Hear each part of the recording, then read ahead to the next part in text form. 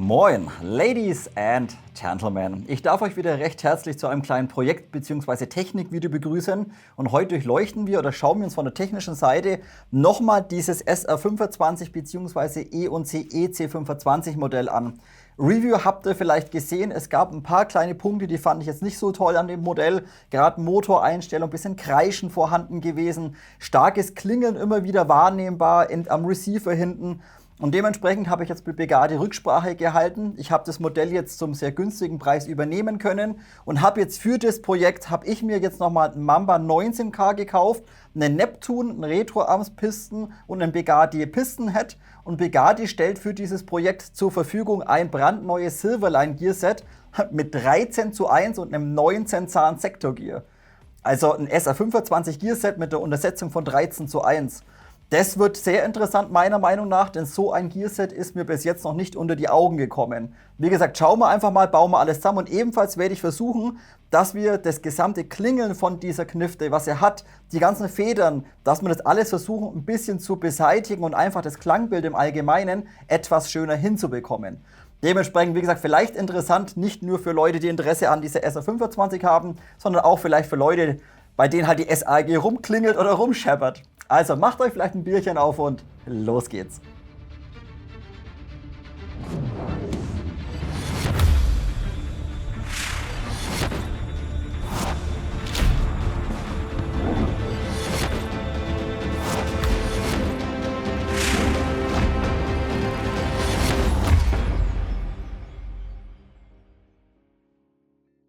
Gut Leute, dann fangen wir mal ganz gemütlich an am EC25 Projekt oder kleines Update-Projekt. Gearbox bleibt letztendlich 1:1 identisch, also Original Gearbox Shell bleibt natürlich einmal drin. Auch von der Energie, wie vielleicht schon angesprochen, werden wir ein kleines bisschen runtergehen, denn die Knifte kommt standardmäßig out of the box mit 2,3 Joule, was doch ein kleines bisschen viel ist und man das Ganze auf den meisten Spielfeldern so nicht spielen darf. Bedeutet, wenn man da 0,3er reinpackt oder 0,4er reinpackt, dann creept das Ding einfach relativ hoch aufgrund des sehr hohen Volumens, was die Knifte bietet. Dementsprechend werden wir hier später auch von der Federstärke etwas weiter runtergehen. So, Gearbox bleibt drin, wird nichts getauscht. Ihr könnt es aber vielleicht ein bisschen erkennen. Bei der Lagerung habe ich ein kleines bisschen optimiert. Bedeutet, standardmäßig kommt das Modell mit 8 mm Kugellagern an jedem einzelnen Gear. Das ist je nach Energie in Ordnung und würde ich zum Beispiel bei 1,4, 1,5 Joule würde ich so drin lassen. Wenn man das Ding aber, sage ich mal, mit 1,8 bis 2 Joule betreiben möchte auf Dauer oder vielleicht sogar nach höher, dann würde ich gegebenenfalls auf Stahlaufbuchsen gehen. Bedeutet, ihr seht auch hier wieder eine moderne Hybrid-Kombination gemacht. Bedeutet, Kugellager ist letztendlich nur am Spurgear im oberen Bereich drin geblieben und letztendlich am Bevel Gear im unteren Bereich.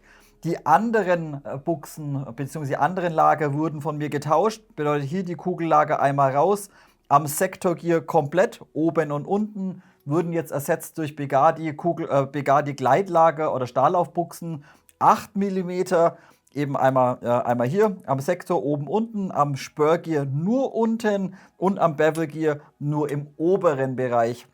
Lager von Begadi sind sauber, sind gut, lassen sich hervorragend einpressen und sitzen dann hervorragend und schön Presseimer drin. Auch hier gibt es immer wieder Unterschiede, je nachdem, was für Gleitlager oder was für Stahlaufbuchsen man kauft. Die können teilweise sogar ein bisschen Untermaß von manchen Herstellern haben. Und dann könnt ihr die reindrücken mit dem Finger und dann fallen die automatisch wieder raus. Also hier von Begadi, die haben wirklich ein sauberes Maß und lassen sich hervorragend einpressen. Also hier eben letztendlich nur getauscht. Einen kleinen Punkt, den ihr bei der Schimmung später beachten müsst. Ihr seht, dass auch bei dieser E&C V2.5 Gearbox Shell die Lager nicht komplett eingepresst werden. Bedeutet, ihr seht vielleicht hier, das Kugellager sitzt relativ plan an der Shell oder an der Wandung. Die Stahlaufbuchsen stehen hier minimals ein kleines bisschen weiter hoch. Und das ist auch im Originalzustand, wenn ihr die Kugellager drin lasst, ist das ebenfalls der Fall. Bedeutet, hier sind diese beiden Lager nicht eingepresst. Ist aber rein von den Gears zu ignorieren, denn ihr habt dennoch genügend Spielraum, um hier ausreichend hoch schimmen zu können. Nur eben bei der Schimmung halt aufpassen oder beim Shimming aufpassen, dass ihr entsprechend mit dem Bevel automatisch schon mal ein kleines bisschen höher müsst, da bereits es Spur und das Sektor ebenfalls bereits standardmäßig höher sitzen. Das Ganze können wir uns auch gerne mal ausmessen, damit ihr hier genau Bescheid wisst, wie viel Versatz da vorhanden ist. 0,63 mm. Bedeutet, ihr könnt mit dem Bevel gleich mal loslegen und mindestens eine 0,5er am Bevel einmal aufbringen. Also 0,5 mm Shim Minimum. So, dann ist Core bleibt auch weiterhin drin. Das habe ich jetzt nur noch ein kleines bisschen unterlegt. Das war jetzt seitens E&C oder seitens Begadi bereits mit einer kleinen Shim unterlegt, 0,3 mm.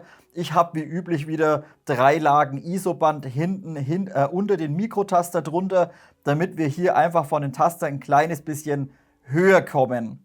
Hier das Ganze also minimals wieder etwas höher gesetzt von der Platine, da wir auch das Sector Gear etwas unterschimmen müssen, um hier eine Beschädigung vom Mikrotaster zu verhindern. Einfach 3 Lagen ISO-Band unten drunter gelegt. So, und jetzt kommen wir mal zu dem wichtigsten Punkt, worauf ich mich heute mega freue. Hier kommt ein brandneues Gearset rein, und zwar ein Silverline Gearset 13:1 mit 19 Zahn Sector Gear. Bedeutet, ich darf bloß keine Shims verlieren, denn ich habe schon alles sauber eingeschimmt. Bedeutet hier komplett neu das Ganze und ist auch meiner Meinung, oder soweit ich gesehen habe, das einzige Gearset auf dem Markt, was mit 13:1 hat, aber für SR25 Modelle verfügbar ist. Bedeutet klar, 13:1er Gears bekommt man wie Sand am Meer her, aber sucht mal ein 13:1er Gearset mit einem 19 Zahn Sector Gear. Also ich habe keins finden können. Vielleicht nicht richtig gesucht, auf jeden Fall hier meiner Meinung nach was Neues und was Besonderes. Ebenso ein schnell untersetztes Gearset mit einem 19 Zahn Sector Gear. So, und hier muss man aber extrem aufpassen und deswegen auch eigentlich speziell dieses Video. Diese Gears sind übrigens von Begadi noch sehr neu, bedeutet, ich habe die jetzt zum Testen bekommen, sind aber laut Begadi bereits aus der Produktion. Also es sollte nicht mehr so lang dauern, bis diese verfügbar sein werden. So, warum muss man hier so viel beachten? Wenn wir das Sector Gear also mal einsetzen, dann sehen wir, dass wir bei einem 19 Zahn Sector Gear, was das Timing angeht, schon hart an der Grenze sind. Bedeutet, ein 19 Zahn Sector Gear hat hier oben einen deutlich größeren Zahnkranz, natürlich aufgrund der 19 Zähne im Vergleich zu einem 16 Zahn Sector Gear oder halt zu dem Short Stroke 13 oder 12 Zahn Sector Gear. Bedeutet, gleichzeitig muss das ganze System, wenn der Zyklus abgeschlossen sind, mit einer sehr guten Aktivbremse und mit einem EFCS ausgestattet sein. Bedeutet, wenn wir zum Beispiel jetzt dieses Gearset hernehmen und würden das wiederum mit einem, ich sage jetzt einfach mal mit einem Brushless-Motor betreiben, wo die Aktivbremse nicht sauber arbeiten kann, dann kann es hier ganz schnell zu Problemen mit dem Timing kommen. Denn natürlich, das Gearset ist unheimlich schnell untersetzt. Und wenn wir uns das Ganze jetzt einmal anschauen vom Zyklus her, werdet ihr feststellen, dass wir einfach aufgrund der Tappet Plate unheimlich schnell sein müssen mit der Aktivbremse. So, schauen wir uns das Ganze einfach mal an. Ich setze jetzt hier einfach mal kurz Zylinderset mal rein, fahre die Tappet Plate komplett nach vorne. Und ihr seht, ich habe jetzt hier bereits einen Sector Gear Clip aufgebracht oder so einen kleinen Delayer. Braucht man meiner Meinung nach jetzt nicht unbedingt, aber ich möchte euch ganz kurz zeigen, warum das mit dem Timing so knapp ist. So, nehmen wir an, in diesem Zustand hier, beziehungsweise hier, wäre der Schusszyklus abgeschlossen. Bedeutet, ihr seht hier oben, der letzte Zahn greift in den Pisten rein und kurz darauf löst der Pisten und der Schuss wird gelöst. So, und wenn wir uns aber gleichzeitig jetzt diesen Weg anschauen, vom Steuernocken vom Sector Gear zur Tappet Plate, dann ist das Ganze deutlich knapper wie bei einem herkömmlichen Gearset. Bedeutet, wir haben einfach hier deutlich weniger Zeit, bis die Tappet Plate letztendlich wieder aufgezogen werden kann. So, hier sei es euch aber gesagt, jetzt in Kombination von dem 19K Mamba, den ich reinmachen werde, und dem Begadi Core EFCS-System, funktioniert das Ganze vom Timing dennoch hervorragend. Bedeutet, die AB oder die Aktivbremse von diesem Core bremst so gut ab, dass das Sector Gear genau an dieser Position letztendlich stehen bleibt. Genau hier, bevor die Tappet Plate einmal vorgespannt oder aufgezogen wird. Würde mir jetzt hier ein anderes EFCS drin haben, wo die AB vielleicht nicht so genau oder nicht so stark arbeiten kann, oder wie gerade schon angesprochen, mit einem Brushless-Motor, mit einem Warhead, wo die AB im Regelfall eh nicht so gut funktioniert, egal ob man jetzt einen Aster drin hat oder einen Titan drin hat, dann kann es passieren, dass das Sektorgear sehr schnell weiterdreht, der Piston gerade sich am Lösen ist, aber die Tappet Plate schon wieder minimal aufgezogen wird. Ja, und was passiert, wenn die Tappet Plate wieder minimal aufgezogen wird? Natürlich, wir verlieren beim Zyklus hier vorne umgehend die Abdichtung zwischen Nozzle und Hopper-Bucking. Bedeutet, ganz, ganz wichtig bei diesem 19 oder bei diesem 13:1 mit 19 Zähnen ein EFCS-System drin zu haben und einen Motor, welches das Ganze sauber abbremsen kann nach dem Zyklus. So, und warum das Ganze funktioniert oder dass das Ganze gut funktioniert, möchte ich euch mal ganz kurz direkt mit dem Core zeigen, wenn wir das Ganze mal in den Testmodus schalten. Bedeutet, wir knallen uns einfach mal hier kurz das Gear raus. Bedeutet, um es Core in den Testmodus zu machen, das kennt ihr vielleicht schon, müsst ihr letztendlich nur den Akku anstecken und umgehend den kleinen Mikrotaster vom Sektorgear einmal betätigen. Bedeutet, ich stecke jetzt hier unten einfach mal kurzerhand einen Motor an. So, dann brauche ich einen Akku. Wo liegt er? Hier liegt er. Den stecken wir jetzt an und dann drücken wir kurzerhand den Mikrotaster, sobald wir den Akku angesteckt haben. So, Akku ist dran. So, wir drücken den Mikrotaster und jetzt habt ihr es vielleicht gerade schon gehört. Der Motor hat jetzt einmal vibriert. Wartet mal, ich lege euch den vielleicht ein kleines bisschen höher. So könnt ihr das vielleicht sehen. Bedeutet, jedes Mal, wenn jetzt im Testmodus der Steuernocken kommt und der Taster betätigt wird, vielleicht könnt ihr es ein bisschen sehen, jedes Mal, wenn der betätigt wird, fängt der Motor an zu vibrieren. Dementsprechend sind wir jetzt hier in diesem Test-Mode und so kann man auch immer kontrollieren, ob der Steuernocken vom Sektorgear, ob das alles sauber funktioniert. Also Akku anstecken und gleich umgehend den Taster betätigen. Dann seid ihr im Testmodus. So, dann setzen wir einmal unser Sektorgear ein. Einmal so rum. Hier könnt ihr gleich mal testen, wenn das Sektorgear jetzt draufgesteckt habt, wackelt mal ein bisschen dran um und schaut, dass der Motor nicht vibriert. Ansonsten wäre die Platine zu nah am Sektorgear dran. Müsstet ihr also lösen und die Platine etwas weiter runterdrücken. Ist hier nicht der Fall, bedeutet, wenn ich hier rumwackel am Sektorgear, vibriert der Motor nicht. Erst wenn ich dann drehe,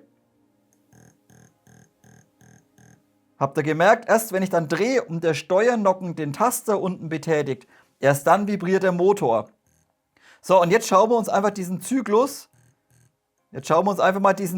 kurz an. Bedeutet, wir hauen einfach mal das Zylinderset kurz rein. So, jetzt müsstet ihr eigentlich alles im Bild haben. Bedeutet, wir sind jetzt hier mit dem Steuernocken oder mit dem Delayer, sind wir hier an der Tappet Plate dran.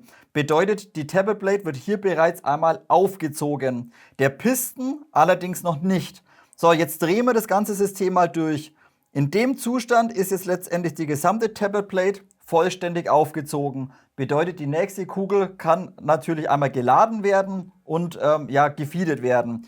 Auch aufgrund meines Delayers, welcher nicht unbedingt nötig wäre, haben wir jetzt hier doch ein kleines bisschen mehr Zeit, dass die Kugel reinrutschen kann. So, wir drehen mal weiter, So, in dem Zustand fährt die Tappet Plate jetzt wieder nach vorne und schließt. Wir sind aber immer noch hier oben natürlich im Piston drin. 19 Zahnsystem. So, wir können also hier noch schön weiter drehen. Die Tappet Plate kann ganz gemütlich einmal vorfahren. So, und jetzt wird es aber interessant bei dem Gearset. Bedeutet, im Regelfall löst der Nocken unten aus, wenn der Piston bereits gelöst ist. Und das ist hier vielleicht um 5 Grad vom Nocken anders. Bedeutet, ihr werdet es jetzt gleich sehen am Motor. Habt ihr es gemerkt? Jetzt vibriert der Motor. Bedeutet, der Nocken ist so scharf gestellt vom Timing her, dass letztendlich die überschüssige Drehzahl, die im System noch drin ist, wird genutzt, um hier letztendlich den Piston vollständig aufzuziehen und zu lösen. Gleichzeitig wird das Core aber bereits angesteuert und wird schon abgebremst. Bedeutet, hier ist das Ganze vom Timing so knapp aufeinander ausgerichtet, dass ihr wirklich ein EFCS braucht, was mit der AB schnell abbremsen kann. Verwendet ihr hier irgendein System ohne Aktivbremse oder ohne EFCS mit dem 11.1er, wird euch dieses Gearset definitiv nicht funktionieren. Also Begadi schreibt zwar zu mir, ja, funktioniert nur mit dem Core, wenn ihr aber auch ein anderes EFCS habt, wo einfach die AB gut funktioniert oder die Aktivbremse, dann sollte das ebenfalls problemlos funktionieren. Und bei mir ist es eben jetzt in dem Zustand noch mal ein bisschen dramatischer, da ich hier eben noch so einen kleinen Delayer aufgebracht habe. Den habt ihr im Regelfall natürlich nicht drauf und braucht ihr auch nicht unbedingt. Kommt aber immer darauf an, wie gut fiedet das Magazin, wie schwer sind eure BBs, wie schnell ist euer Motor. Ich gehe hier einfach auf Nummer sicher und konfiguriere das Ganze direkt mit einem kleinen Delayer-Clip. Ob ich es dann brauche oder nicht brauche, ist ja wurscht. Ich habe aber keine Lust, das Ding später nochmal aufzuschrauben, um gegebenenfalls einen Delayer verbauen zu können. Die beiden anderen Gears, bedeutet einmal das Spur und das Bevel, sind dann letztendlich Standard, wie man sie auch vom Standard-Gearset kennt. Bedeutet letztendlich besteht das ganze Gearset nur aus einem optimierten und angepassten 19 Zahn Sector Gear. Wie gesagt, das Spur ist von der Zahnteilung natürlich und auch das Bevel 1:1 identisch auch zu den Standard 13.1er Gearsets. Bedeutet auch, wenn ihr ein 13.1er Gearset habt von dem Silverline mit 12 Zahn Short Stroke oder mit einem handelsüblichen 16 Zahn Sector Gear, Spur und Bevel sind immer 1:1 identisch. Nur eben ein Sektor im oberen Bereich wurde hier optimiert und eben auch der Nocken vom Timing unten angepasst. So, also hier eine kleine Besonderheit heute. Bin ich mal gespannt, wie das Ganze dann später einmal funktionieren wird.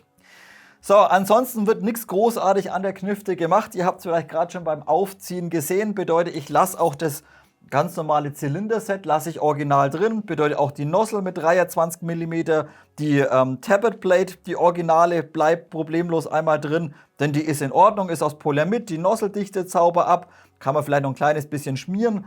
Der Zylinderhead vorne, oh Gott, ihr seht es gar nicht, ne? Also die Nozzle bleibt drin, original Nozzle mit 2 O-Ringen, kann man wie gesagt noch ein bisschen schmieren. Zylinderhead bleibt drin, der sitzt hervorragend und schön presst da in dem Edelstahlzylinder einmal drin. Geschlossener Edelstahlzylinder bleibt natürlich auch drin und natürlich auch die Besonderheit, wie im Review vielleicht schon gesehen, der Zylinderhead hat im inneren Bereich ein sehr großes und sehr weiches Sorbopad. Und dementsprechend, ob ihr da jetzt irgendeinen anderen verbaut von FPS oder so einen blauen Begadi, das macht jetzt meiner Meinung nach im Bock auch nicht mehr groß fett. Und wie gesagt, es ist ein großes Sorbo hinten drauf, die Energie wird schön rausgenommen, dementsprechend drin lassen und man muss kein Geld hier in die Hand nehmen. Beim Piston und beim Pistonhead werde ich ein kleines bisschen optimieren. Pistonhead nehme ich wieder den ganz normalen von Begadi mit diesem X-Ring, diesen grünen mit diesen 2 O-Ringen, der läuft auch wunderbar in diesem Original E- und C-Zylinder. Und als Piston kommt letztendlich ein Retro-Arms für SR25 Modelle zum Einsatz. Bedeutet hier auch wieder kein 19 Zahn Piston letztendlich, sondern nur 17,5. Bedeutet, ihr seht, der vorletzte fehlt hier hinten komplett und der davor ist nur zu 50% vorhanden. Dementsprechend kann man aber auch den AOE mit dem Pistonhead einstellen, bedeutet der ist von Begadi immer schon einen Millimeter weiter vorne und eben das große Sorbopad drauf, original von E und C. Und wenn wir uns das dann vom AOE mal anschauen, dann sind wir hier wirklich schon sehr gut dabei und müssen hier nichts weiter optimieren. Bedeutet, Piston steht hier ungefähr und das Sector Gear greift hier wunderbar vom AOE hinten in den Piston rein. Also hier auch nichts weiter irgendwie anzupassen, das passt dann bereits mit den Komponenten wunderbar. Also Retro-Arms-Pisten und einmal der Begadi Pistonhead. Warum unbedingt ein Retro-Arms? Ihr werdet, oder ich habe es vielleicht im Review angesprochen, beim Originalpisten, der ist auch gut, ist aber nochmal der Zahn hier ist eben vollständig vorhanden. Und da ist es mit dem Begadi Pistonhead und mit dem großen Sorbo ist das Ganze schon sehr, sehr knapp, damit das Sector Gear an dem Zahn vorbeilaufen kann. Bedeutet, wenn man da nicht aufpasst, dann schrappt der Zahn da jedes Mal ganz, ganz knapp dran vorbei oder reibt ein ganz kleines bisschen. Dementsprechend hier einfach auf Nummer sicher gegangen und einen von Retro Arms verwendet. Also Retro Arms Pisten und die sind haltbar und funktionieren wunderbar in dieser E und C V2.5 Gearbox. So Leute, jetzt geht's weiter, Thema Motor und vor allem Motoreinstellung und jetzt bitte ganz, ganz genau zuhören für alle, die so eine E&C MCC 25 haben und irgendwie mal neu schimmen, neue Gears einbauen oder den Motor neu einstellen möchten. denn das ist leider nicht ganz so leicht und hat mich gestern über eine Stunde Zeit gekostet. Entsprechend ist es jetzt auch einen Tag später, denn ich hatte dann auch leider keinen Nerv mehr dafür. So, folgender Punkt. Im Regelfall geht er ja so vor, habe ich euch auch schon Videos gemacht, Motor einstellen bzw. das Bevel Gear zum Pinion Gear shimmen. Bedeutet ganz normal Pistolengriff unten an die Gearbox hinschrauben, Motor rein, Höhe einstellen, Zahnspiel einstellen, ganz normal wie man es kennt. Habe ich gemacht, dann habe ich das ganze Modell gestern Abend zusammengebaut, Akku hin, ersten Testschuss abgeben wollen. Hat komplett gekreischt, Zyklus wurde nicht abgeschlossen. Dann ging ich davon aus, okay, scheiße, jetzt ist entweder das Pinion Gear lose von der Motorwelle oder das Bevel Gear ist vielleicht kaputt, dass es sich gelöst hat und frei dreht oder sowas. Hab dann nochmal alles auseinandergebaut, nochmal kontrolliert, hat aber alles wunderbar gepasst. Dann wieder das Ganze, wieder Motor rein, wieder abgedrückt, gleiches Spiel wieder. Alles komplett die Zähne aneinander vorbeigerieben, gekreischt wie Hölle. Dann dachte ich mir, das kann doch nicht sein, was ist denn da jetzt los? So, ein kleiner Punkt, der unheimlich wichtig ist. Wenn ihr den Pistolengriff, diesen BCM-Pistolengriff, an die Gearbox hinschraubt, ohne Lower Receiver, wird der Pistolengriff direkt unten an die Fläche von der Gearbox hingeschraubt, ist also plan und bündig. Wenn ihr so aber euren Motor einstellt, haut das nicht hin, wenn ihr das Ganze später mit dem Lower Receiver verschraubt. Denn der Pistolengriff, wenn ihr den direkt mit dem Lower verschraubt, liegt letztendlich dann beim zusammengebauten Zustand oder zusammengeschraubten Zustand, liegt der Pistolengriff hier am Receiver an, wird also gepresst, aber dennoch habt ihr im inneren Bereich zwischen der Gearboxkante unten und der Fläche vom Pistolengriff habt ihr 1 mm bis 1,2 mm Luft zwischendrin. Bedeutet, ihr könnt euer Pinion Gear gar nicht so einstellen, wie man es eigentlich gewohnt ist. Und dementsprechend bin ich dann hergegangen und musste dann quasi, nachdem ich das Ganze eingeschimmt hatte, musste ich dann die Motoreinstellschraube nochmal genau um 1 mm oder 1,2 mm weiter reinschrauben, damit das Ganze wieder von diesem Versatz innen drin ausgeglichen wurde. Jetzt aber das nächste Problem, ich habe den Motor gar nicht so weit reinschrauben können, denn die Feder hat es ein bisschen zu stark gequetscht. Bedeutet, die Feder war dann wirklich auf Anschlag komprimiert und ich konnte nicht mehr weiter rein. Entsprechend bin ich jetzt hergegangen und habe die Motorfeder innen drin einfach die obersten 2 Windungen einmal abgezwickt bzw. gekürzt, damit ich wiederum weit genug reinkomme. Also das ist leider bei dieser SR25 oder bei dieser EC25 leider nicht ganz so leicht. Also hier unheimlich aufpassen, wie gesagt, wenn ihr irgendwie mal einen anderen Motor einbaut, wenn ihr mal andere Gears reinmacht, wenn ihr alles sauber einschimmen und einstellen wollt, ist es hier doch etwas wurstiger, sage ich mal. Also nicht ganz so einfach. Also beachten, wenn ihr alles eingestellt habt und dann zusammenbaut, ihr müsst mit der Motoreinstellschraube etwas weiter rein wie üblich. Und dementsprechend gehe ich auch davon aus, aufgrund dieses Versatzes da innen drin, haben diese beiden EC25 Modelle im Review beide von der Motoreinstellung eben nicht zu 100% gepasst. Wie gesagt, denn hier passt meiner Meinung nach dieser Pistolengriff, dieser BCM, passt hier einfach nicht zu 100% zu der Gearbox und zu dem Receiver. Ihr seht auch vielleicht hier unten, hat man so einen ganz kleinen Versatz drin. Und dieser Versatz könnte genau die Höhe haben wie innen drin. Bedeutet, der Griff hätte hier im oberen Bereich hier einmal kürzer sein müssen, damit man einfach ein bisschen weiter hochschrauben kann an die Gearbox hin. Also hier, wie gesagt, unheimlich aufpassen. So viel zum Thema Motor. Jetzt läuft das Ding wirklich gut, kann man überhaupt nicht schimpfen, läuft klasse. Motoreinstellung, vor allem auch der Klang, ist wirklich sauber und richtig gut geworden. Jetzt hatte ich noch den nächsten Punkt, dieses Federklingeln oder dieses Federscheppern. Auch hier bin ich jetzt hergegangen und habe unterschiedliche Sachen mal ausprobiert und getestet. Ich bin aber hier auch relativ spät erst drauf gekommen, dass es wirklich von der Hauptfeder kommt. Bedeutet, es hat jetzt auch keinen Unterschied gemacht, ob ich jetzt die Originalfeder rein habe, ob ich jetzt die Lonex M120 reingemacht habe. Es war egal. Die Feder hat immer ein klein wenig nachgeklingelt oder nachgescheppert. So, folgender Lösungsansatz von mir. Zunächst mal da hinten das Gewinde von dem Federschnellwechselsystem müsst ihr so oder so immer ein kleines bisschen schmieren. Das sollte jedem mittlerweile bekannt sein, denn das ist standardmäßig trocken. So, und jetzt gibt es aber mehrere Möglichkeiten, ich habe jetzt einfach mal mehrere Möglichkeiten gemacht, um dieses Federscheppern und Klingeln zu reduzieren bzw. komplett wegzubekommen. Zunächst einmal habe ich festgestellt, dass wenn der Spring Guide reingeschraubt ist und ich habe hier hinten mit dem Bit drauf geklopft, hört ihr das vielleicht? Wartet mal. Na, bei mir ist es nicht mehr. Aber wenn ihr das bei euch mal macht und es reinschraubt und da dagegen klopft, dann klingelt es schon. Bedeutet, ich bin jetzt hergegangen und habe mir circa im mittleren, vorderen Bereich des Spring Guides 2 Lagen ISO-Band einmal rumgezogen. Da müsst ihr aber aufpassen, ihr dürft nicht zu viel rumwickeln.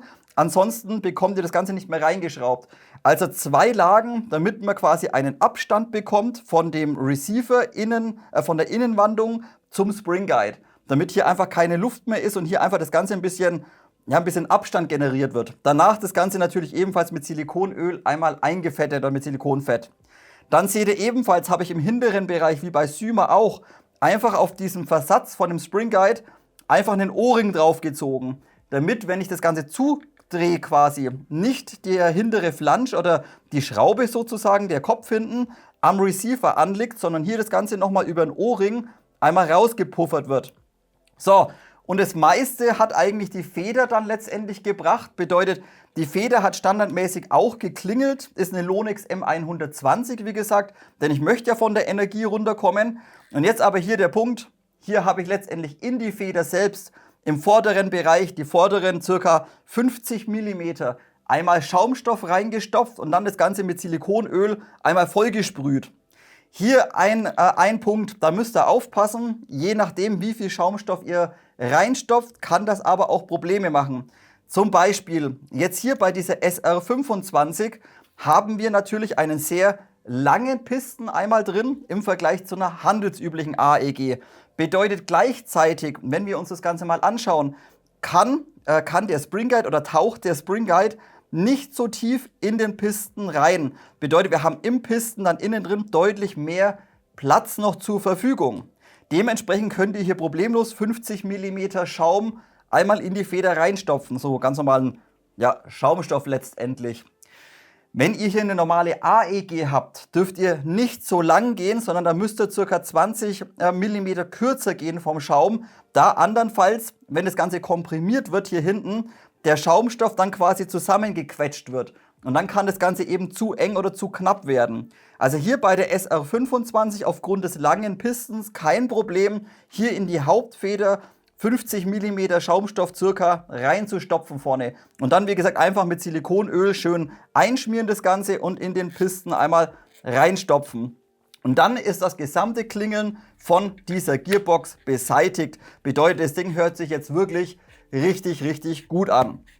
So, dann würde ich sagen, machen wir mal einen Testlauf. Ich hänge jetzt einfach mal diesen ganz fetten Akku hin. Den habe ich jetzt vorhin auch noch ganz kurz geladen. Das ist der große AMAX mit 2150 mAh, 11,1 Volt. So, Motor hat vibriert, System ist ready. Die Sicherung sehr knapp eingestellt, wieder über diesen Gewindestift. Ihr seht hier nur ein Hauchspiel in der Sicherung drin und dementsprechend auch der Abzugsweg deutlich reduziert oder deutlich kürzer. Also schauen wir mal, Lonex, wie gesagt, ist eine Lonex M120 jetzt drin. Das Modell müsste, ich weiß es nicht genau, aber sie müsste so ungefähr vielleicht auf 1,6, 1,7 Joule damit kommen, vielleicht sogar 1,8 Joule, weil wir sehr viel Volumen drin haben. So in dem Dreh müssten wir mit der 120er Feder liegen. Man kann natürlich noch weiter runter, man kann aber natürlich auch etwas höher und das Modell problemlos mit 2 Joule betreiben. Das spielt jetzt keine Rolle. Also hören wir es uns mal an.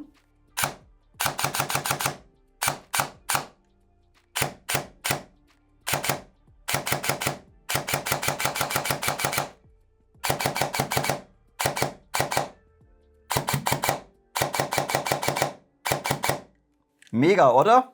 Hört sich richtig, richtig, richtig gut an. So, und der nächste Punkt ist, diese Konfiguration bzw. dieses neue Silverline Gearset ist vom Nocken oder vom Winkel quasi des Steuernockens perfekt für dieses Core geeignet. Bedeutet, es passt vom Zyklus her und vom Timing, passt es einfach perfekt. Denn wenn ihr mal herschaut, selbst mit dem komplett randvoll geladenen fetten 11.1er hat die Nozzle absolut kein Precocking. Bedeutet, die Nozzle ist hier nicht vorgespannt. Bedeutet, die AB funktioniert von dem Core in Kombination von diesem 13.1er Gearset für SR25, funktioniert einfach nur hervorragend. Richtig, richtig geil. Also Energiepass, denke ich mal, Feder 120er Lonex, Retroarms-Pisten ist drin, Bugatti Pistonhead ist einmal drin, Nozzle Original, Zylinderhead Original und eben der Mamba 19K in Long selbstverständlich ist drin. Okay Leute, dann würde ich sagen, geht es weiter mit dem Thema Hop-Up-System. Lasst uns also nun einmal über das Thema Hop-Up sprechen. Natürlich zunächst mal, es kommt wieder eine Neptune rein. Wisst ihr Bescheid, meine Lieblings-Hop-Up-Kammer. Lässt sich einfach mega geil einstellen, funktioniert in jeder Knifte, wo ich es drin habe, wirklich hervorragend. Aber beim Thema Hop-Up selbst oder bei der Konfiguration habe ich euch im Review bereits gesagt, dass meiner Meinung nach zum Beispiel ein R-Hop in diesem Modell doch etwas besser geeignet wäre. Auch wenn man jetzt von der Energie runtergeht und dennoch sehr schwere BBs verwenden möchte.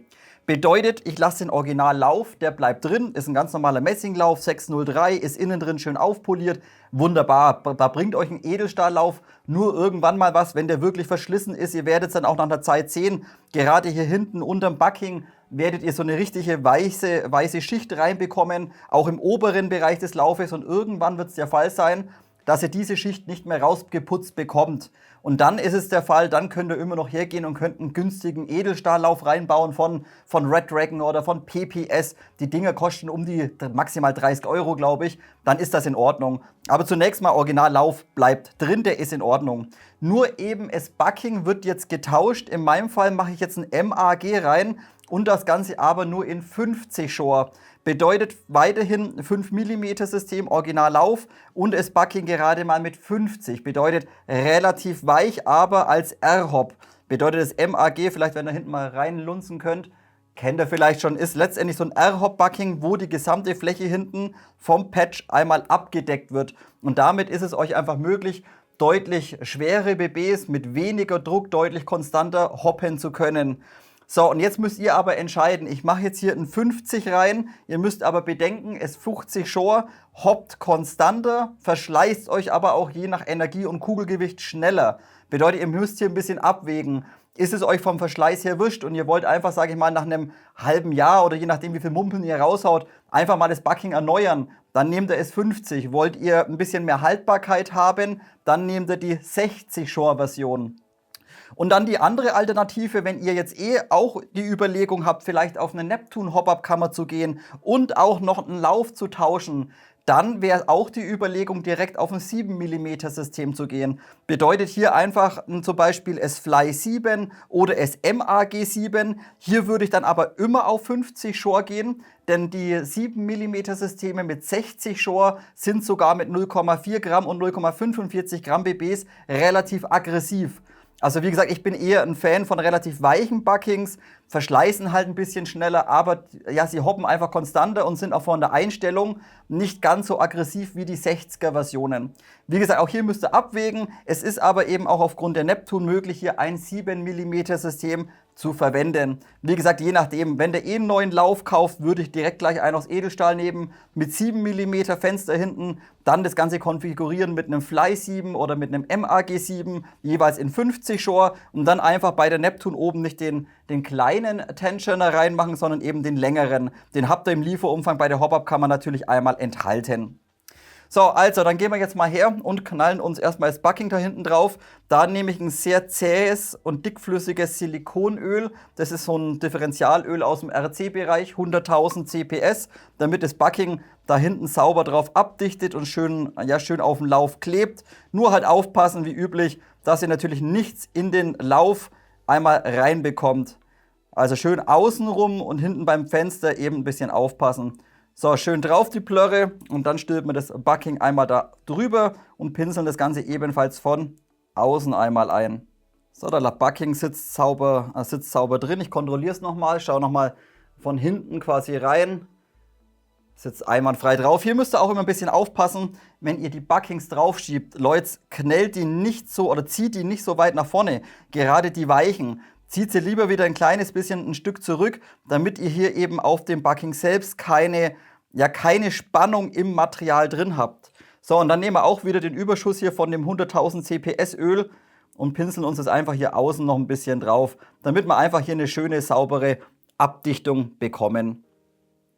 Okay, so, dann können wir das Ganze installieren. Und wie gesagt, ich habe jetzt ein 5 mm System. Entsprechend ist bei mir bei der Neptune einmal der 5 mm Tensioner letztendlich drin. So, einmal nach hinten drücken das Ganze, ganz leicht und mit dem beiliegenden C-Clip oder einem der beiliegenden C-Clips letztendlich sichern. Noch ein bisschen ausrichten, bis es schön klickt. Und dann sitzt es wieder hervorragend und sauber drin, der C-Clip. Also hier auch wieder von der Passgenauigkeit einfach nur hervorragend. Dann einmal die Laufzentrierung drüber. Dann gehört normalerweise ein O-Ring drüber. Den habe ich jetzt nicht da liegen. Entsprechend ballere ich einfach die Feder drüber. So, das drückt es dann eh schon zurück. Also ob da jetzt der O-Ring drauf ist oder nicht, spielt jetzt erstmal keine Rolle. So, dann noch eine kleine Ergänzung. Ich habe es euch, oder ja, vielleicht habt ihr es mitbekommen, in dem kurzen Projektvideo zu dieser BC9 Competition das letzte Mal, habe ich ja auch eine Neptune reingebaut und da habe ich euch gesagt, dass das Einstellrädchen deutlich straffer läuft. So, und hier ist es aber jetzt der Fall. Ich habe mir jetzt eben diese Neptune auch nochmal neu bestellt. Ich hatte zwar noch eine da, hier ist mir aber ein Unterschied bei der Verpackung aufgefallen. Bedeutet, die alte Neptune, die ich noch da hatte, die hatte einen ganz normalen, so einen weißen Begadi-Aufkleber auf der Verpackung drauf. Die neue, die jetzt mitgekommen ist, hat aber so einen grünen Aufkleber drauf, beziehungsweise dieses Neptune, dieser Schriftzug ist in grün abgebildet. Und das ist eine neuere Version. Bedeutet, hier ist automatisch dieser O-Ring oder das Einstellrädchen hinten läuft einfach deutlich straffer wie noch bei der alten Version. Also hier scheint es ein kleines Update gegeben zu haben. So, dann Feeding-Kanal unten muss bei der SA25 oder bei dem Modell komplett bis Anschlag reingeschraubt werden. Also komplett, bis es nur mal weiter geht. Und dann habe ich das Ganze im vorderen Bereich mit diesem kleinen Gewindestift einmal gesichert. Also einfach reinschrauben das Ganze. So, und jetzt aber aufpassen. Jetzt müsst ihr natürlich die Hop-Up-Kammer wie üblich zur Gearbox und zur Nozzle einschimmen. Und das ist bei der SR25 auch nicht ganz einfach, denn die beiliegenden Schimmscheiben von der Neptune sind für die 23 mm Nozzle nicht ausreichend. Bedeutet, selbst wenn ich hier alle 4 Schimmscheiben aufgebracht habe, bin ich mit der Hop-Up-Kammer nicht weit genug von der Gearbox weggekommen, damit es mit dieser 23 mm Nozzle hingehauen hat. Gleichzeitig gehen die Magazine bei 4 Schimmscheiben unheimlich schwer rein. Bedeutet, ihr müsst ein bisschen noddeln und drücken, bis es wirklich Klick macht. Bedeutet, ich bin jetzt hergegangen, habe mir einmal wieder dieses Expert-Kit genommen, denn da sind eben nochmal Schimmscheiben dabei und habe jetzt nochmal 2 weitere Schimmscheiben aufgebracht.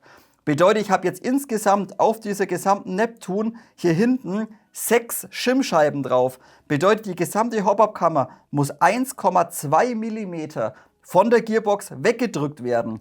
Dann sitzen die Magazine wieder sauber drin und die Abdichtung von der Nozzle-Länge mit 23 mm haut perfekt einmal hin. Also hier für euch auch wieder zu beachten, ihr braucht unbedingt 6 Schimmscheiben. Auch das habe ich gestern Abend kurzerhand noch an Begadi weitergegeben, ob es nicht vielleicht möglich wäre, in Zukunft ein bisschen mehr Schimmscheiben beizulegen, damit man einfach nicht hergehen muss, dass man sich jetzt nicht extra dieses Expert-Kit kaufen muss, nur weil man 2 Schimmscheiben benötigt. Ich habe zwar jetzt noch keine Antwort zu kurz erhalten, aber das wäre einfach schön. Also hier einfach nur für euch wichtig, in dieser EC25, am besten kauft ihr gleich dieses Expert-Kit, das kostet ein paar Euro, gleich noch mit. Dann könnt ihr diesen Ring hier hinten verwenden mit einem passenden Durchmesser für die Gearbox und dann habt ihr eben nochmal 2 Schimmscheiben mehr dabei. Und dann passt das Ganze eben perfekt zusammen. So, und dann wieder, wo ist meine Schraubensicherung hier? Und dann ebenfalls wieder der kleine Tipp, wie das letzte Mal auch schon. Ihr seht diese Einstellhülse hier hinten, die sitzt zwar relativ straff drin, also die rutscht jetzt so nicht raus, aber auch hier gebe ich euch wie das letzte Mal auch wieder einen Tipp mit auf den Weg. Wenn ihr die perfekte Einstellung getroffen habt und alles funktioniert, euer Feeding, eure Nozzle-Länge, alles passt, dann geht ihr her und macht hier hinten auf den Ring bei den Shimms einen ganz kleinen Tropfen mittelfeste Schraubensicherung drauf. Nur so einen ganz kleinen Tropfen. Das verhindert einfach, dass euch diese Hülse rausfällt, wenn ihr das Modell auseinanderzieht. Wie gesagt, einfach hier ein bisschen drehen, dass sich die Schraubensicherung ein bisschen verteilt und dann schön reinpressen. Das Ganze wird über die Schraubensicherung nicht verklebt. Bedeutet, ihr werdet weiterhin in der Lage sein, mit einem Schlitzschraubendreher diese Hülse einfach nach hinten rauszuziehen oder rauszuhebeln. Wie gesagt, die wird ein kleines bisschen hart, diese Schraubensicherung, und dadurch fällt euch dann diese Hülse eben nicht mehr von alleine raus. Also hier ein ganz kleiner Tipp. Ihr könnt wahrscheinlich auch irgendein ganz zähes Silikonöl verwenden oder Silikonfett verwenden. Wird wahrscheinlich auch hinhauen, aber natürlich kein Sekundenkleber oder sowas. Denn sonst bekommt ihr diese Hülse, wenn ihr mal was nachjustieren wollt, nicht mehr raus. Gut Leute, dann baue ich die ganze Hop-Up-Kammer wieder rein und dann geht es weiter mit ein bisschen Federklingeln. Wie im Review vielleicht bereits gesehen, triggert mich das unheimlich hart, wenn irgendwelche Federn nachscheppern oder man einfach nach dem Schuss auf der gesamten Waffe so ein Klingeln drauf hat. Sowas, da bin ich absolut kein Fan davon und das triggert mich einfach. Und auch die ganzen Kommentare von euch auf YouTube zeigen mir einfach, dass es nicht nur mir so geht, sondern auch ihr seid da absolut kein Fan davon. Dementsprechend schauen wir uns jetzt direkt gleich mal an, wie wir dieses gesamte Federklingeln aus der Knifte rausbekommen. Hinten die Hauptfeder von der Gearbox habe ich euch vorhin schon gezeigt. Kleines bisschen Schaumstoff rein, vorne in die Feder reinstopfen, mit Silikonöl etwas einschmieren oder einsprühen und dann schauen wir uns im Upper Receiver ebenfalls zwei kleine Federn an. Zunächst mal hier unten diese Feder, ebenfalls hier kleine Schraube vorne lösen, Feder rausbauen. Ebenfalls Feder mit ein kleines bisschen Schaumstoff voll gemacht. Bedeutet auch hier einfach Schaumstoff zusammengerollt, zusammengedrückt und dann mit dem Bit in die Feder reingestopft. Ebenfalls dann später mit ein bisschen Silikonfett einmal noch eingepinselt. Bedeutet Spannhebel ein bisschen zurückziehen, dass die Windungen sich ein bisschen öffnen. Dann mit dem Pinsel einfach hier ebenfalls diesen Schaumstoff ein kleines bisschen innen drin mit Silikonöl oder Silikonfett eingepinselt. Ebenfalls seht ihr vielleicht den ganzen Spannhebel innen drin. Wenn ihr diese Schraube löst und die Feder rausmacht, könnt ihr ebenfalls den Spannhebel rausnehmen. Auch diesen habe ich jetzt im unteren Bereich etwas geschmiert und gefettet, damit der erstmal schön leichtgängig läuft und es hier auch zu keinem Scheppern kommen kann. Ebenfalls auch dieses kleine Blech auf der Seite, diesen Fake-Verschluss oder dieses Blech, diese Stahlbleche innen drin. Auch das habe ich im unteren Bereich, wo es läuft, im Receiver ebenfalls etwas geschmiert und abschließend ebenfalls diese kleine Feder hier für diesen Bolt Catch Lever oder damit das Ding halt gefedert ist, ebenfalls hier diese Feder, etwas mit diesem Differentialöl, 100.000 CPS, ebenfalls ein kleines bisschen eingeschmiert. Und dann könnt ihr schon gegentesten, wenn ihr dann hier mal rumprobiert. Dann habt ihr hier schon mal im Upper Receiver kein Klingeln mehr von einer Feder. Und abschließend ist mir noch ein kleiner Punkt aufgefallen, da bin ich mir jetzt nicht ganz sicher, ob das überhaupt irgendwas bringt oder ob die Vibrationen überhaupt auf den Schaft übertragen werden können, aber hört mal her.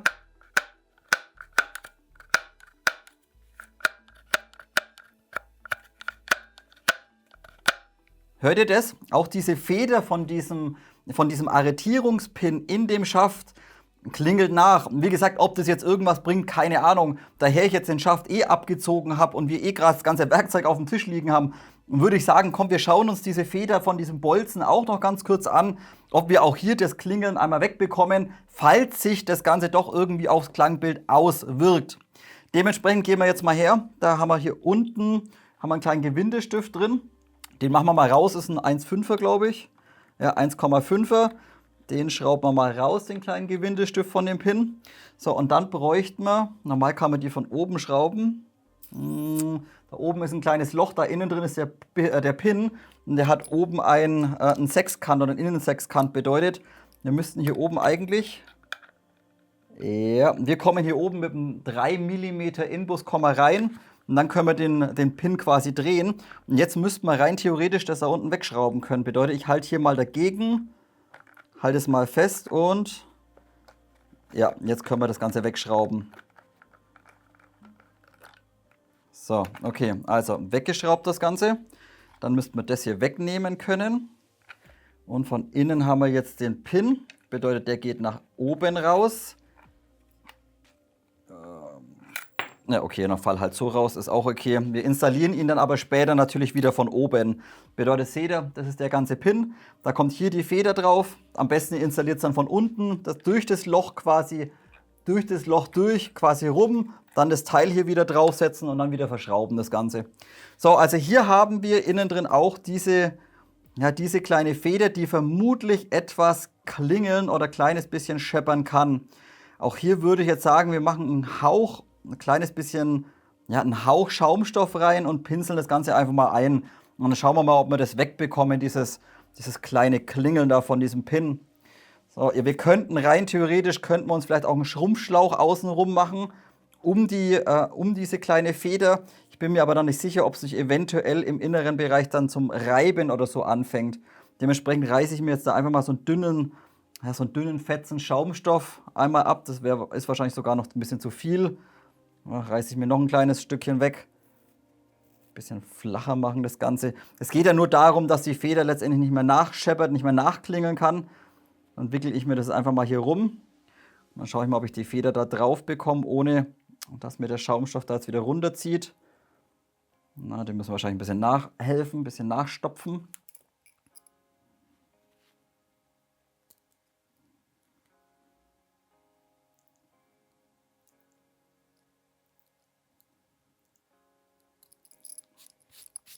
So, da, jetzt da ist da ein kleines bisschen Schaum drauf oder auf der Feder oder zwischen Feder und Federstange ein bisschen Schaumstoff. Und auch jetzt gehe ich einfach her und nehme ein kleines bisschen Silikonöl oder Silikonfett und mache dann ein kleines bisschen was drauf. Dann nehme ich jetzt einfach mal das Protech-Zeug, ein bisschen was dünneres und nichts so zähes. Und dann einfach mal so richtig schön hier reinpinseln auf die ganze Feder und auf den Schaumstoff letztendlich.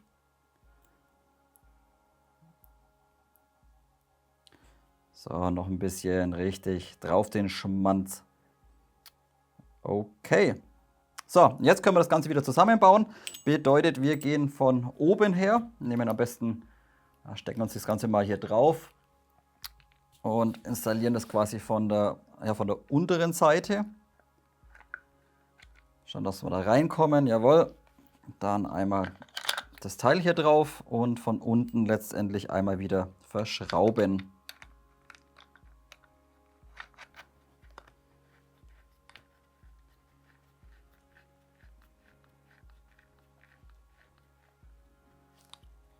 Passt sogar schon.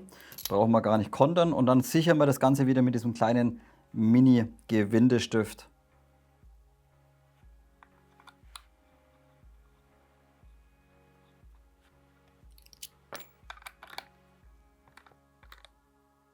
So, nicht zu stark und jawohl. So, auch hier klingelt jetzt nichts mehr. Somit müssten jetzt wirklich alle Stellen an der ganzen Knifte, die irgendwie ansatzweise unerwünschte Geräusche erzeugen, einmal behoben bzw. gefixt worden sein.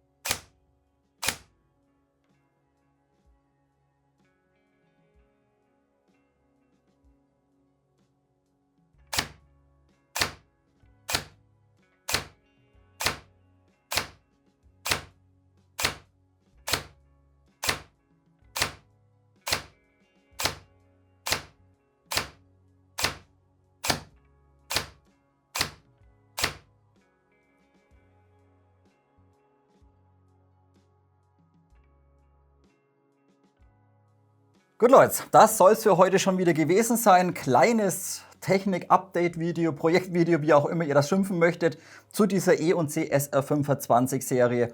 Lasst uns noch mal ganz kurz eine kleine Zusammenfassung machen. Zunächst einmal Energie, habt ihr gerade im Chrono gesehen. Lonex M120, viel Volumen drin, 1,8 Joule. Finde ich in Ordnung. Ihr könnt natürlich noch weiter runtergehen, macht eine 110er rein oder so, dann landet er ungefähr bei 1,5, 1,6 Joule, je nachdem, was ihr halt spielen dürft. Das Ganze natürlich über das gute oder sehr einfach erreichbare Federschnellwechselsystem möglich. Dann aber zu beachten, wie gesagt, das Klingeln mit der Feder. Ich gehe stark davon aus, da die Gearbox halt einfach ein bisschen länger ist und dementsprechend auch die Feder nicht so stark vorgespannt wird wie bei einer normalen V2 Gearbox, kommt es hier bei diesen Federn zu schwingen oder zu klingeln. Bedeutet, es war auch egal, ob jetzt die Lonix drin ist oder die normale E&C Feder, beide haben ein bisschen nachgeschwingt. Also hier habe ich euch gezeigt, bisschen Schaumstoff vorne in die Windungen reinstopfen, bisschen Silikonöl einsprühen, dann das Ganze wieder reinschustern und dann habt ihr schon mal das Klingen von der Hauptfeder beseitigt.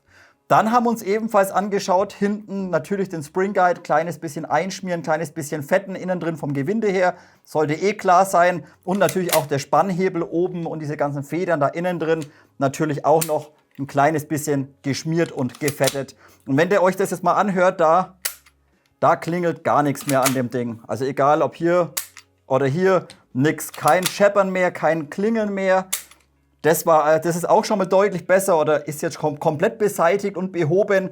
Und der letzte Punkt aus dem Review habe ich euch damals auch angesprochen. Der Vorderschaft hat ja, wenn man dagegen geschnipst hat ein kleines bisschen so dieses Klingeln gehabt oder dieses Schwingen. Habe ich euch aber auch schon angesprochen im Review. Sobald ihr hier irgendwie einen Griff montiert, solche M-Block-Abdeckungen dran montiert, auch dann ist dieses Klingeln nicht mehr vorhanden. Bedeutet, dann schwingt er einfach nicht mehr nach. Und wenn euch das nicht gefällt, dann könnt ihr auch einfach irgendwie Paracord rumziehen oder sowas wie oben bei der Ares zum Beispiel. Einfach irgendwas dran montieren, was die Schwingungen vom Vorderschaft beseitigt. Ansonsten, sobald ihr das Ding natürlich anfasst und den Anschlag reinnehmt, ist dieses Schwingen vom Vorderschaft nicht mehr vorhanden. Dann zum Motor, meiner Meinung nach ein sehr wichtiger Punkt heute. Es muss jeder beachten, wenn man einfach den Motor einstellt oder quasi Bevel Gear zu Pinion schimmt, aufpassen. Der Pistolengriff liegt nicht vollständig an der Gearbox unten an, sondern wird über den Receiver gequetscht.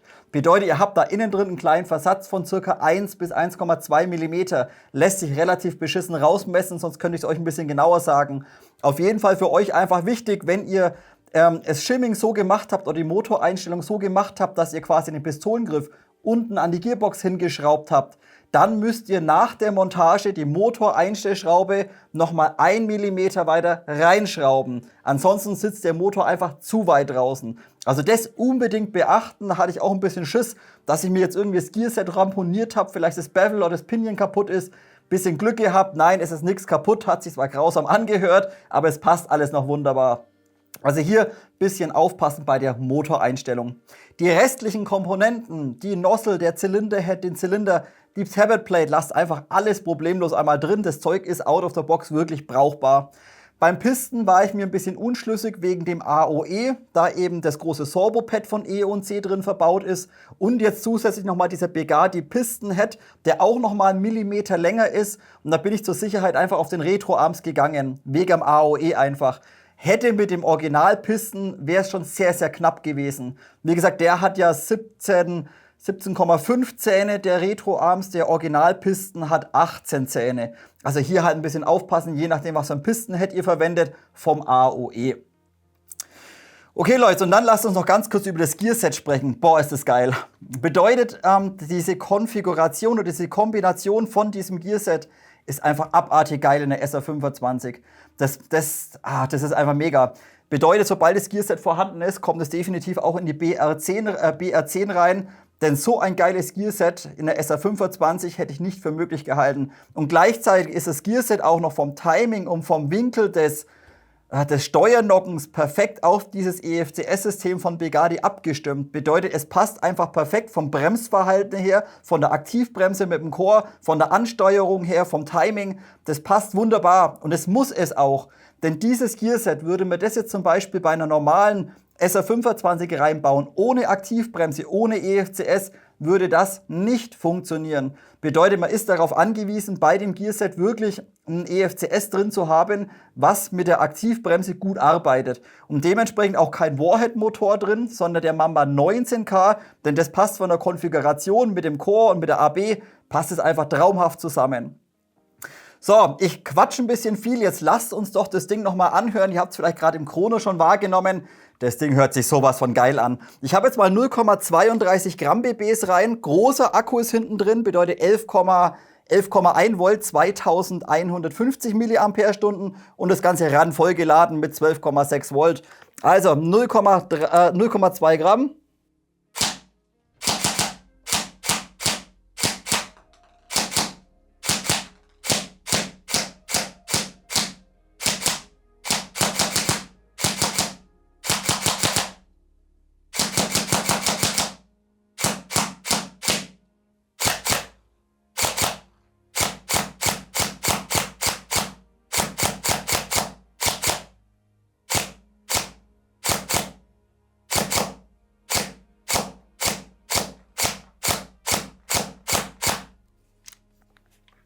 hört sich das Ding nicht mega sexy und geil an? So muss das laufen. Geil, klar, 13.1er Gearset. Silverline sind eh meistens ein bisschen laufruhiger wie andere Gears, aber kein Vergleich zu Out of the Box. Bedeutet dieses ganze Kreischen, dieses Kratzen, was die Knifte standardmäßig Out of the Box hatte, komplett beseitigt. Mega geiles Gearset, freue ich mich unheimlich und vielen Dank natürlich an Begadi, dass sie mir eben wieder so ein Gearset kostenfrei zum Testen zur Verfügung gestellt haben. Letzter Punkt, Hop-Up, habe ich gerade angesprochen für euch in den Nahaufnahmen. Ein bisschen halt gucken, was ihr konfigurieren wollt, ob ihr ein 7 mm System haben wollt oder ein 5 mm System. Beim 5 mm System würde ich auf das MAG gehen, also quasi ein R-Hop. Wenn ihr einfach über 0,32 Gramm BBs verwenden wollt, auch nur 36 Gramm, nehmt immer ein MAG-Bucking. Das kommt mit schweren BBs einfach deutlich besser zurecht, wie das standardmäßige Fly-Bucking, was drin ist. Kleiner Punkt noch von der Neptune. Habe ich euch vorhin auch angesprochen, wenn ihr die Neptune einbaut, wieder aufpassen, wie schon angesprochen, ihr benötigt out of the box 6 Schimmscheiben. Andernfalls bekommt ihr die Magazine nicht rein und es kann zu Feeding-Problemen kommen, da die Nozzle mit 23 mm in dieser SR25 relativ lang ist. Also hier ein bisschen halt aufpassen, 6 Schimmscheiben, standardmäßig sind aber bei der Neptune nur 4 Schimmscheiben einmal enthalten. Bedeutet, ihr benötigt eigentlich noch dieses Expert-Kit dazu und da habt ihr auch gleich den passenden Verbinder oder Adapter für die Gearbox mit dabei. Bedeutet, ihr braucht nicht den Original-Verbinder mit dem O-Ring hinten drauf, sondern ihr könnt direkt den mit 11,5 mm verwenden, denn der passt perfekt einmal zu der E&C Gearbox. Bedeutet, das Alignment von der Hop-Up-Kammer zur Gearbox ist nochmal etwas besser wie out of the box. Wenn ihr schon Schimmscheiben noch übrig habt, irgendwie, falls ihr schon mehrere Neptunes verbaut habt, dann könnt ihr natürlich auf dieses Expert-Kit verzichten und könnt einfach 6 Shimms draufballern. Und dann rennt das Ding mit der Original-Nozzle richtig, richtig geil, muss ich sagen. Abdichtung hervorragend, konstant, Sound oder Klangbild hervorragend. Was will man mehr? Genau so muss das Modell laufen. Bin sehr, sehr angetan. Seht ihr schon an meinem Grinsen, ne? Also ist geil geworden, ist schön geworden. Wenn ihr jetzt noch weitere Fragen habt zu der Modellserie oder irgendwo technisch vielleicht irgendwo Probleme habt oder irgendwas, jederzeit ihr wisst Bescheid, kommentiert es einfach, fragt nach. Habe ich irgendwas schlecht erklärt, auch dann einfach kommentieren. Und wenn euch das Video gefallen hat, ihr wisst ja Bescheid, Like, Abo und vielleicht eine Mitgliedschaft auf Patreon dalassen. Ich würde mich mir immer mega drüber freuen. Und wir sehen uns dann nächste Woche zum nächsten Video. Bis dahin, macht's gut.